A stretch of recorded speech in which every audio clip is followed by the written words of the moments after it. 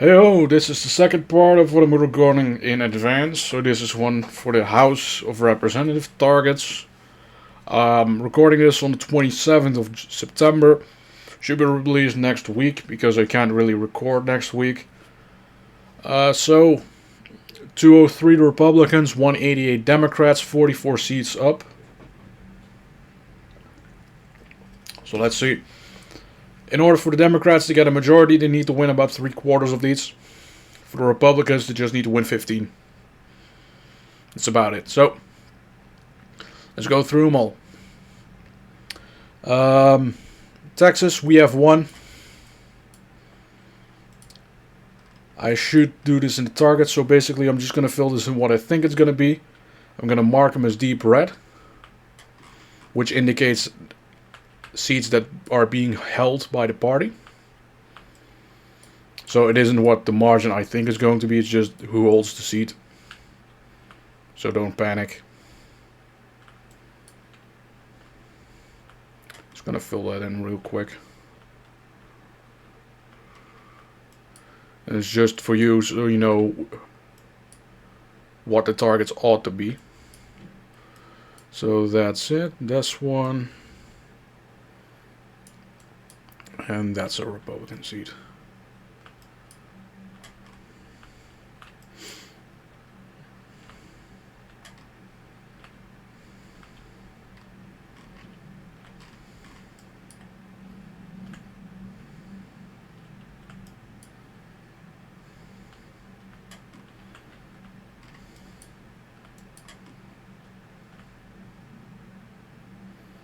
So as you can see, it's already quite a tight map for both parties. But there are opportunities left and right. So 213 to 22, that's what it is currently. I am going to enable the region. Do this. A little more easier for you to see. Okay, so for the Democrats, let's start there. The underdog. So they need to flip 6 seats that the Republicans hold. But first, let's do the defensive targets. So, as I showed you previously in the electoral count video, that a lot of people got upset over, but they don't really have the brain cells to comprehend why I made that video in the first place. There are some states that have higher priority status than others. For an example, Montana only holds 2 congressional seats, as does Maine. If you want to win a contingent election in the House of Representatives, you gotta focus on having state delegations, not the majority in the House. What a House majority can do is they can disqualify electoral votes. That is true. In order for Democrats to be capable of denying Donald Trump an election victory, they first should have the majority in the House, so at least 218, and everyone needs to vote in line with the party. But then comes the contingent election. And as you can see, Republican states tend to be a little bit smaller, and they have a majority in the delegation in most cases, which means, you guessed it, Republicans have a majority outright, with Montana being a 2-0 Republican delegation. So, when it comes to defensive targets, if the Democrats want to win, they have to focus on maintaining Maine second. That is the first priority target. The second priority target is both seats in New Hampshire, as is the seat in Rhode Island. If any of these 3 falls, any of these 4 seats falls, they lose 1 vote in the delegation election. So the contingent election, they lose it. A state that is tied cannot, under any circumstance, vote for president.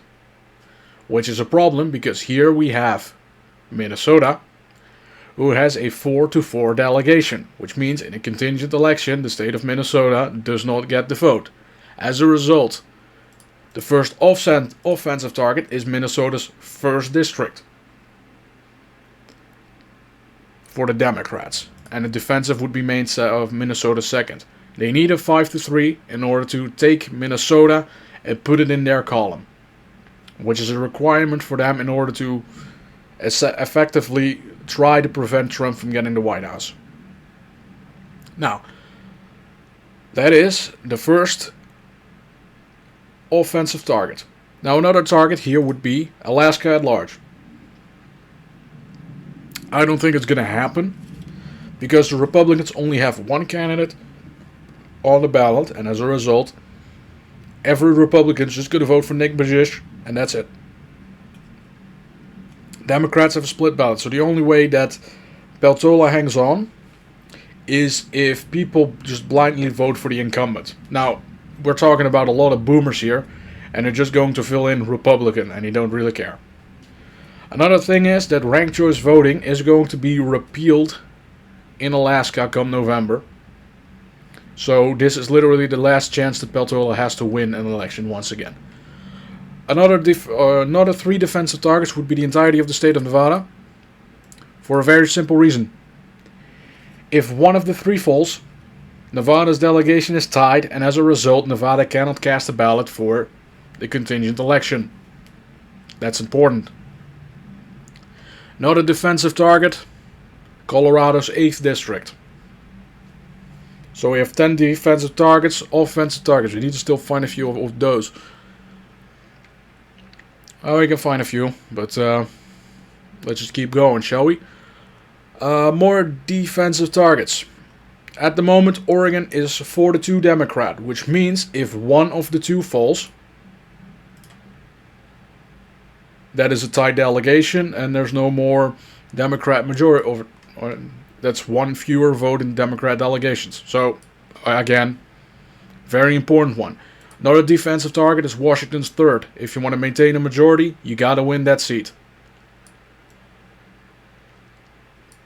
California, and this is where the majority is going to be hanging tight in the balance, and the other one is New York. So, if Democrats want to win, you got to focus on taking down John Duarte. You got to focus on keeping Porter's seat, and you got to focus on getting Calvert out. Calvert is a lazy campaigner, very easy to take him out. Valadeo is too strong, Garcia is too strong, Kim is too strong, Kiley is too strong. You're not going to get that. Targets in Arizona, Schweikert, Ciscomani, and we can already see you have the majority in that particular case. So those are two targets. You can try and target the open seat here in Colorado.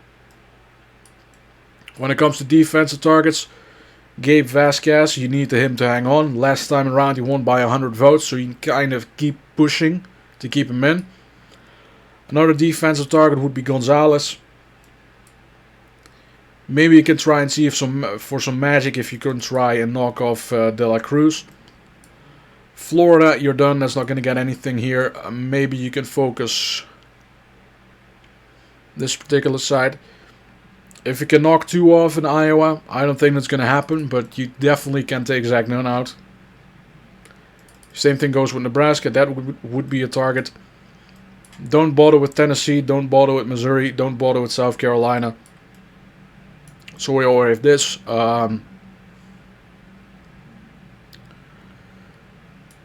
Don Davis is a defensive target.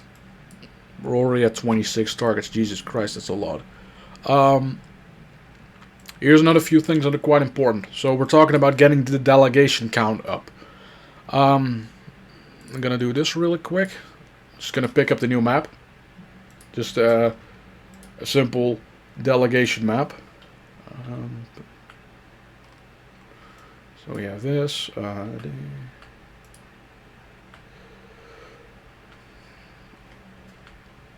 just going to do a quick map for the House delegation. So this is majority Republican. At the moment, North Carolina's tied. This is Republican, that. Missouri is, yep. That's majority Republican. As is those two. Yeah, this is what we have right now.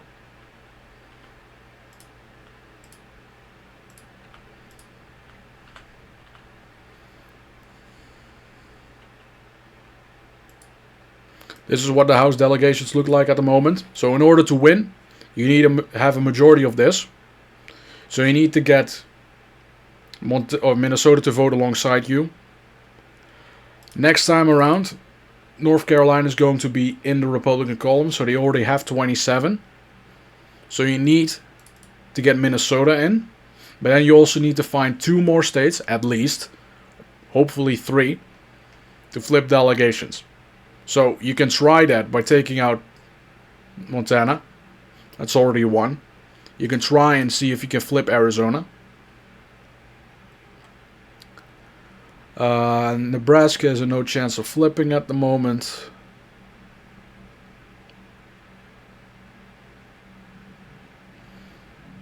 Yeah, I think that's about it. There is no real chance of you flipping any other delegation. You're gonna need to win 3 seats in Wisconsin. That's not happening. You're gonna need to win 3 in Indiana. That's not going to happen. Ohio, you're gonna need to win 3. Democrats have 5 at the moment, so they need 8 out of 15. That's not going to happen. Winning 1 in West Virginia is not going to happen.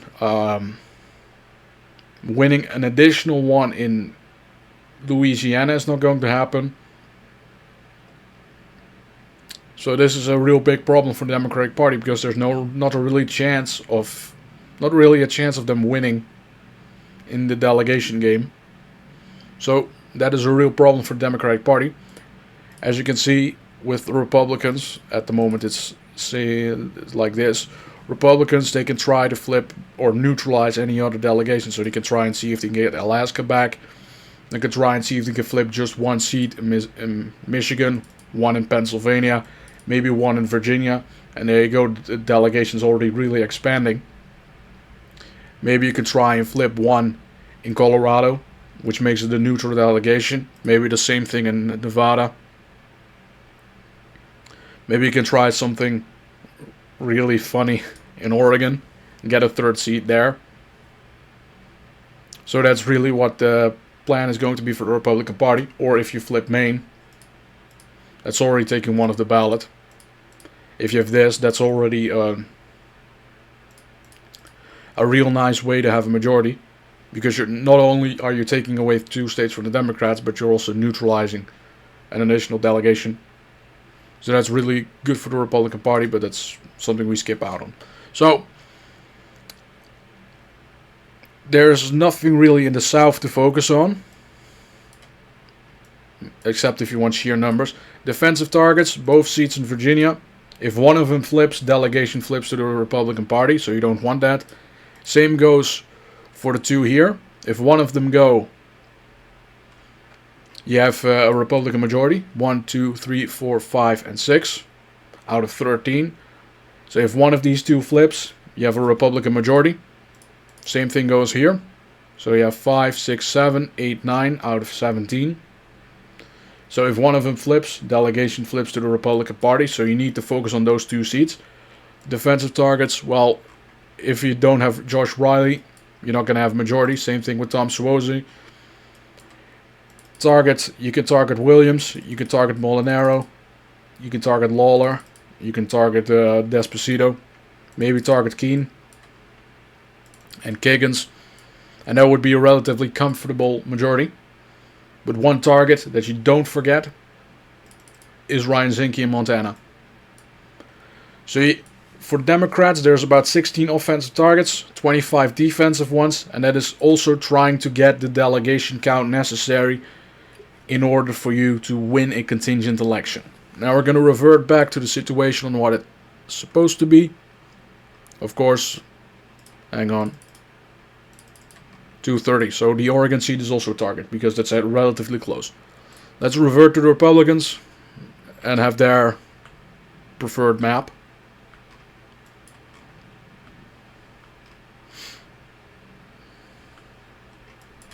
In terms of defensive and offensive targets. So that's all of them.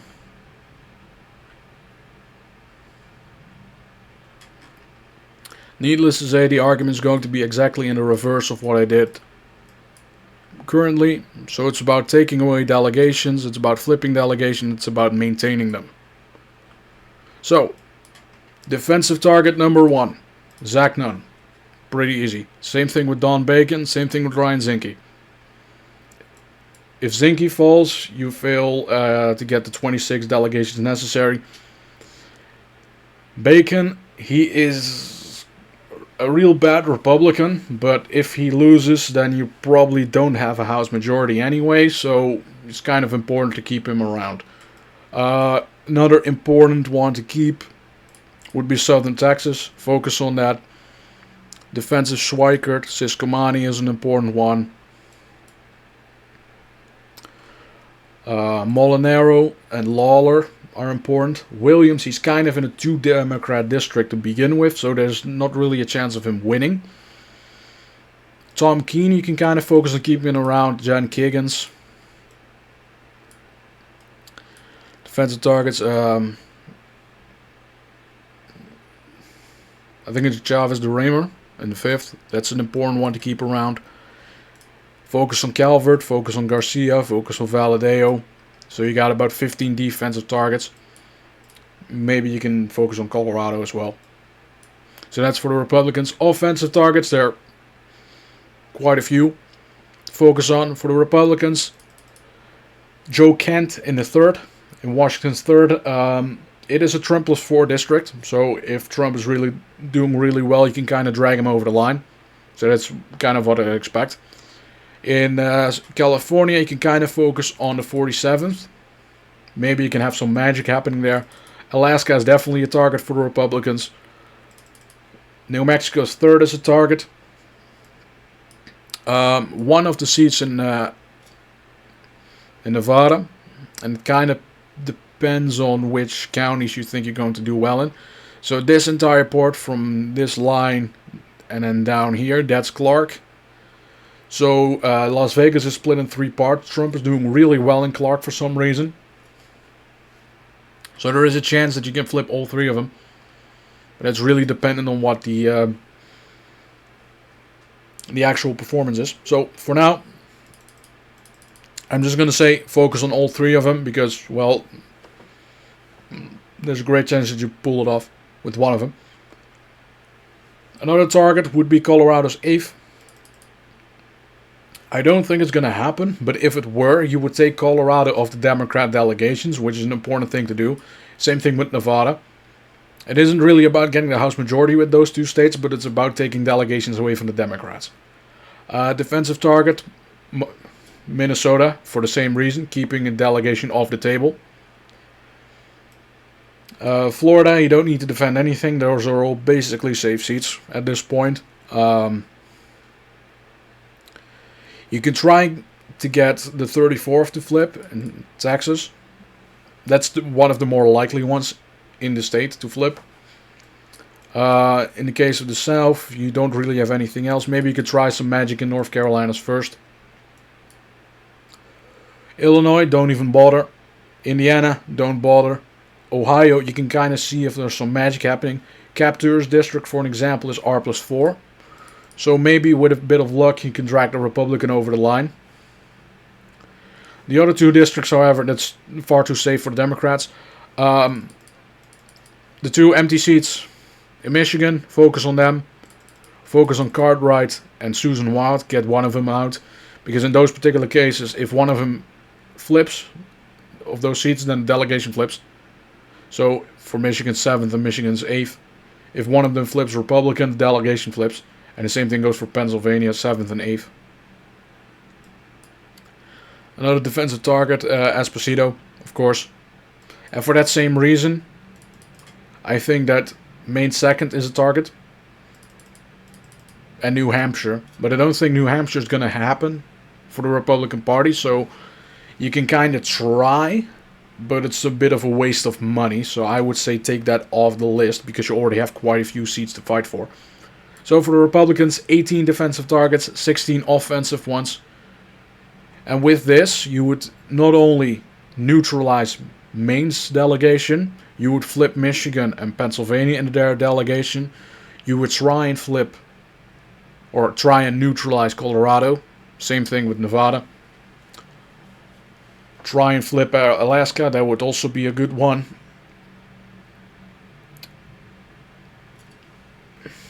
You can try and see if you can get the sixth seat to flip in Oregon, but that's a really big stretch. Any other seat, don't even bother winning. You can kind of make an argument for Virginia 7th. I am going to pull that off the list. I am going to put that there. So 17 targets. But then in the case, it's the same boat as Michigan and Pennsylvania. If that seat flips, Virginia 7th, then it's a Republican delegation. So that is something you have to keep in mind. Don't bother with the rest of the Northeast. The only seat you got to focus on in New England, which is Connecticut, Rhode Island, Massachusetts, Vermont, New Hampshire, and Maine. The only one you got to focus on is Maine second. Every other congressional seat, don't bother. Any Senate race there, don't bother. Just invest in that one House seat. In terms of the presidential election, in terms of the House election, that's the only thing you need to do. That is the only seat in the particular region you can win. New York, you can kind of see if you want something to happen. Have a lot of rallies here around this particular side. Maybe have a few in Long Island. Because if that's the case, you can get these seats closer. Campaign around this particular border, and you maybe can get Cartwright's seat to flip. Have a bit of campaign a bit here around the Pittsburgh area and around Mahoning. In that particular case, you maybe can try and see if you have some magic for the 17th. But that's about it. So when it comes to the House elections, Republicans are definitely favored. When it comes to this kind of stuff, because there are a lot fewer defensive targets for the Republican Party. There were technically flukes for the Democrats to win in the last time. So that's a pretty funny coincidence. So that's about it for today. I'm gonna upload this probably Tuesday, maybe Thursday, or something in that particular range. Whilst I'm recovering from a lot of very energy intensive stuff. So see you next time. Have a good weekend and all that good stuff. Cheers.